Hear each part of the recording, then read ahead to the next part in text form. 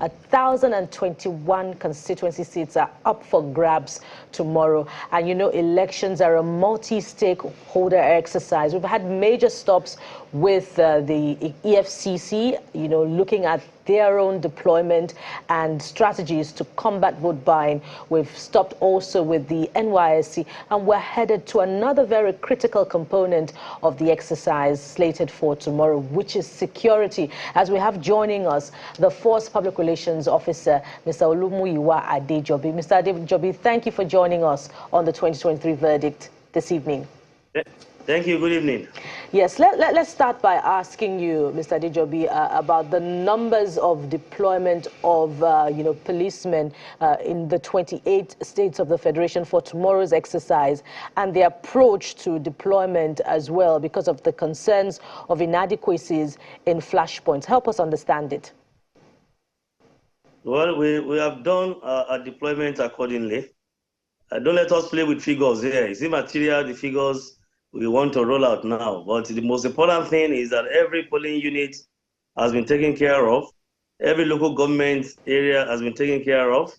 Every INEC office or facility has been protected. All necessary and vulnerable places have been protected by all security agencies across the country. So we have done our deployment. It's just to do to have an improvement on what we in place the other time during the presidential and National Assembly elections on 25th February 2023. We have reviewed our strategies, and we have noticed where there were some issues, security lapses or gaps, and we have built on this to have a better, secure, a more secure electoral process come tomorrow, Saturday, 18th of March 2023, for the gubernatorial elections and state houses of assembly elections. So our deployment has been done.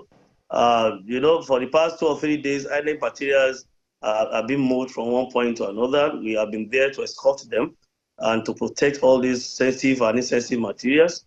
And for those who have been so active in the movement of these materials, we have protected them as well. The security job is not only to protect the electoral process. Don't forget, our job is still to make sure we have a very peaceful environment within which this electoral process will be carried out. So we have been doing what we should, and we have reviewed our security threat or threat analysis again to look into some areas where we may likely have some challenges or a situation that is going to be very, very hot, quote and unquote.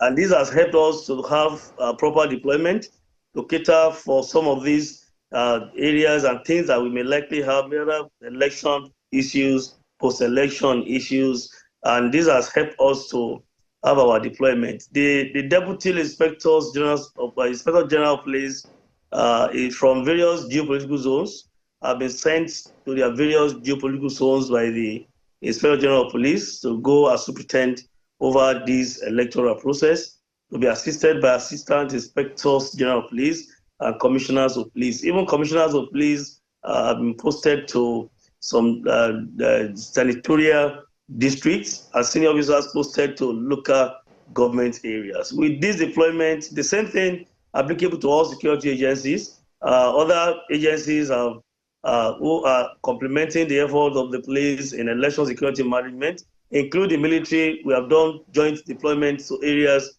where we think we need to have heavy deployment. Where we think we don't need to have heavy deployment, we have done moderate deployment to all these areas.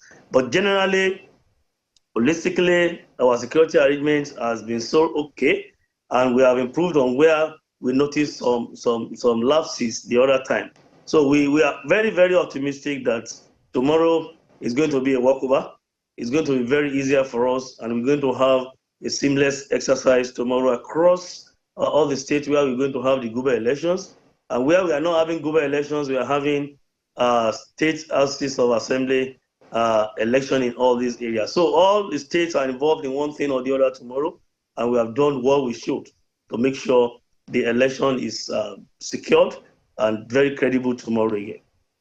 Yeah, Mr. Adejobi, it would have been nice to, help us have a sense of what the numbers are. We just had the Director General of the NYSC, and he said that during his meeting with security agencies, he called for more security deployment because, in some polling units during the presidential election, we saw an inadequate cover, which led to the snatching of ballot boxes, burning of BVAS machines, and burning of ballot papers and all of that. So help us identify those areas where you considered flashpoints, and as a result, you're assuring Nigerians that you have provided heavy deployment, using your words.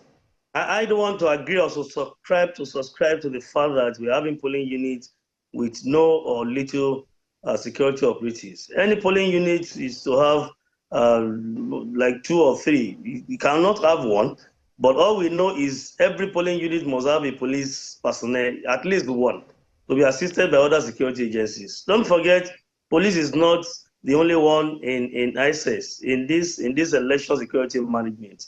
We are working together with other security agencies. Nigerians should understand that even if you get to a place, you see one policeman, that policeman must be assisted by other security agencies, either the civil defender or road safety corps or immigration correctional service, or any one of them that's a member of ISIS at the polling unit. So if we want to judge the fact that somebody or someone is saying, I saw one policeman and I saw civil defender or road safety there, no, it's not enough. No, that policeman, and at that point in time, any other security agent you see at that polling unit is as good as a police officer who is carrying out a civil responsibility, a statutory duty at that polling unit at that particular point in time. So yeah, I don't want to agree or subscribe to the fact that we have a polling unit without sufficient security operative. No, if we do what we should and everything works normally, there's no need for us to put unnecessary pressure on security operatives at polling unit. If you just go out there to cast your vote, there's no need for you to put security operatives on their toes. 2 or 3 will be okay at a polling unit in a normal situation, except we have cases of political thuggery coming to threaten our electoral process. And that is why you see that after the men that we have at polling units, we have handmen and motorized men who are to give support to those at various polling units to come if there's any distress call to attend to issues at every polling unit. You know that the men at polling units cannot be harmed. That's what the law says. But not far from them, we have handmen who are on motorized patrol, who are to give support, to give cover to them if there's any issue. So generally, every polling unit has been taken care of. And let me say this quickly, that a case where you have a distress call and you don't see the police there, but you must see a security agency's team that will raise down to that place. ISIS is a system. ISIS is a team. That is the body, Interagency Consultative Committee on Election Security is a system, is a body. Even if you have a distress call anywhere, don't forget we have a joint operation room. The closest team to that place will be the one to raise to the scene to settle this matter or to attend to this matter. It's not all the time you see that police team is there, police team, we have called them. No, we have a joint operation room at the national level. We have at the force headquarters, at every state command headquarters we have, and we have reactivated all these joint operation room to attend to incidences, issues like this. So all distress calls will be attended to. Even if you don't see the police team to raise down to this point, you must see a team, either from the military or civil defense or any agency, any armed agency will raise down to attend to any situation at every polling unit. So we need to understand this so that you will not be making mistake of saying we have called police. We don't see police. It is soldier we see. It is civil defense we see. It is this we see. All of us work together to achieve a goal. Well, Mr. Adejobi, sure we have a seamless exercise. Your assurances have been taken, and we hope that, they translate to results, tomorrow, election day proper. But I can report that I covered at least 2 to 3 polling units during the presidential election, and at about 9 a.m., when polling was supposed to be underway already, there was only one police officer in one polling unit, and in the other there was no police officer at present, for protection. But talk us through the factor of welfare and how adequately that has been taken care of to guarantee the neutrality and professionalism of police officers in tomorrow's exercise. Well, me in the police, we have been paid our entitlement. Where we see that some banks have not actually credited accounts of their clients who are some of our officers.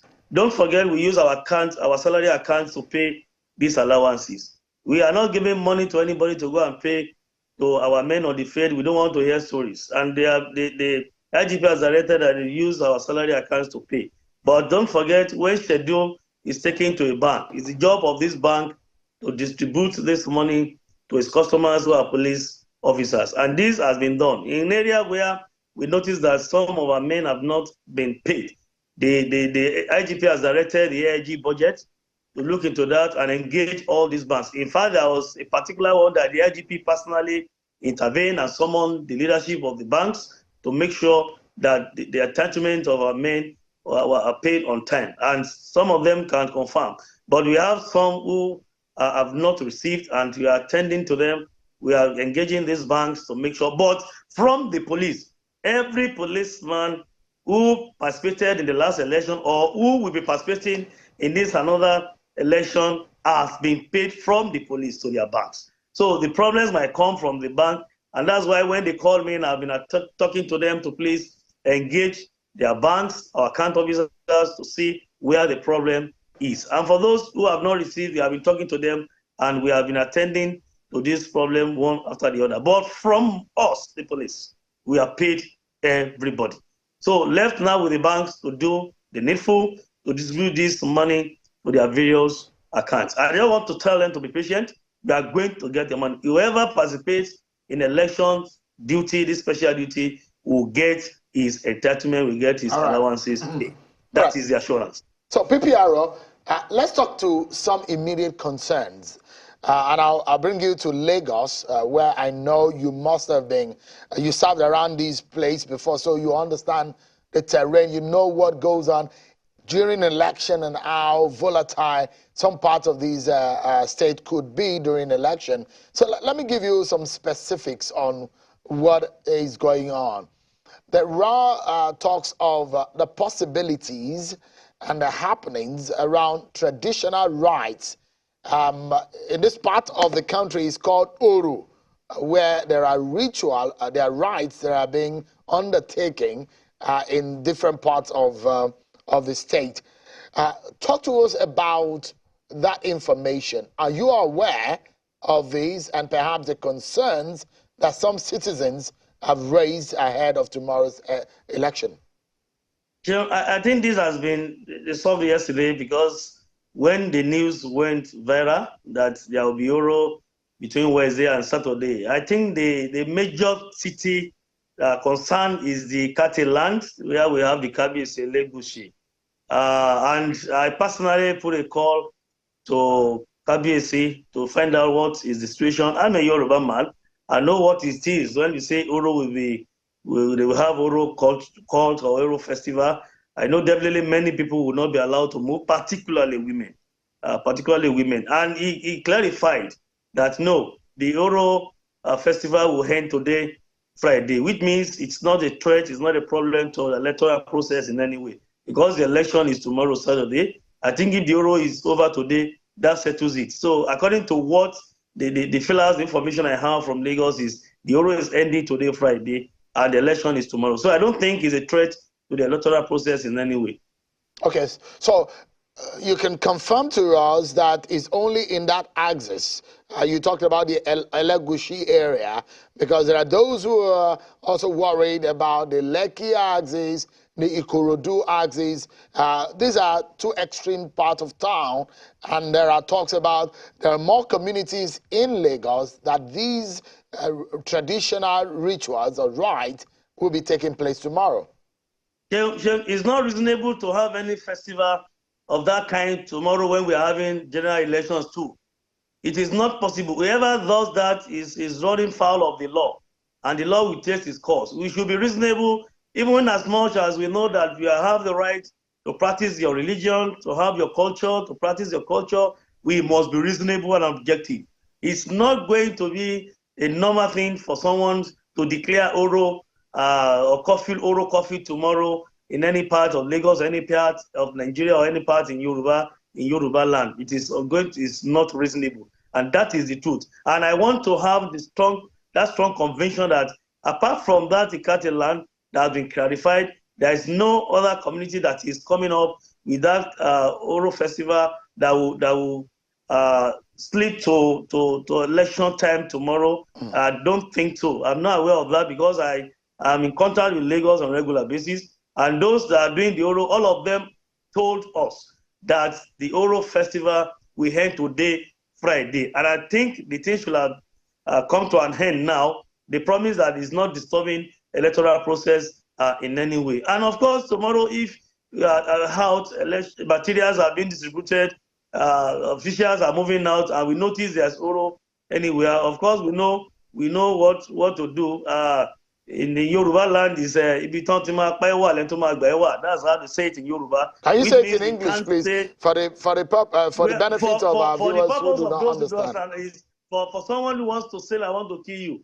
It's the same situation we are going to see somebody who is going to rescue you from the person who wants to kill you. So if they are saying they are having Oro tomorrow to make people run away, we know how we go about it too in our job to make sure that every Nigerian will come out tomorrow, exercise his franchise unhindered. That's the statement the IGP made, that everybody will come out tomorrow to cast his vote unhindered. The process is going to be excellent. So, Sheon, I don't think any traditional ruler at this stage will take that decision of extending his Oro cult or festival till tomorrow when we're having gubernatorial election and state houses of assembly election across the country, most especially in Lagos. The extant case is now, example now is Lagos. I don't think any traditional ruler will do that. Mr. Adejobi, the assumption is that you say you don't think, but those people who live in some of these communities have real concerns because they are the ones living in these areas, and they know, and they are telling us that this is what is going on. We just want to extract some commitment from the Nigerian police force that tomorrow, in every part of Lagos, there wouldn't be any form of suppression of voters' interest to exercise their civic responsibility tomorrow through the process of voting and collation of results. We are not aware of any Oro festival tomorrow, Saturday. The one we know is to end today, Friday. And it's not going to be a threat to any electoral process. Whoever comes tomorrow with any Oro or masquerade to cause problem is a gross violation of electoral process and, of course, violation of electoral act. And the law will take its course. We are not aware of any Oro tomorrow, Saturday. But those who actually had Oro festivals said, and they promised that it's ending today, Friday, which I want to believe that the Oro festival anywhere they having it, any part in Lagos, must have come to an end today, will not extend till tomorrow. So Nigerians should just feel relaxed. Lagosians, particularly because it's Lagos now, we are using as a reference point.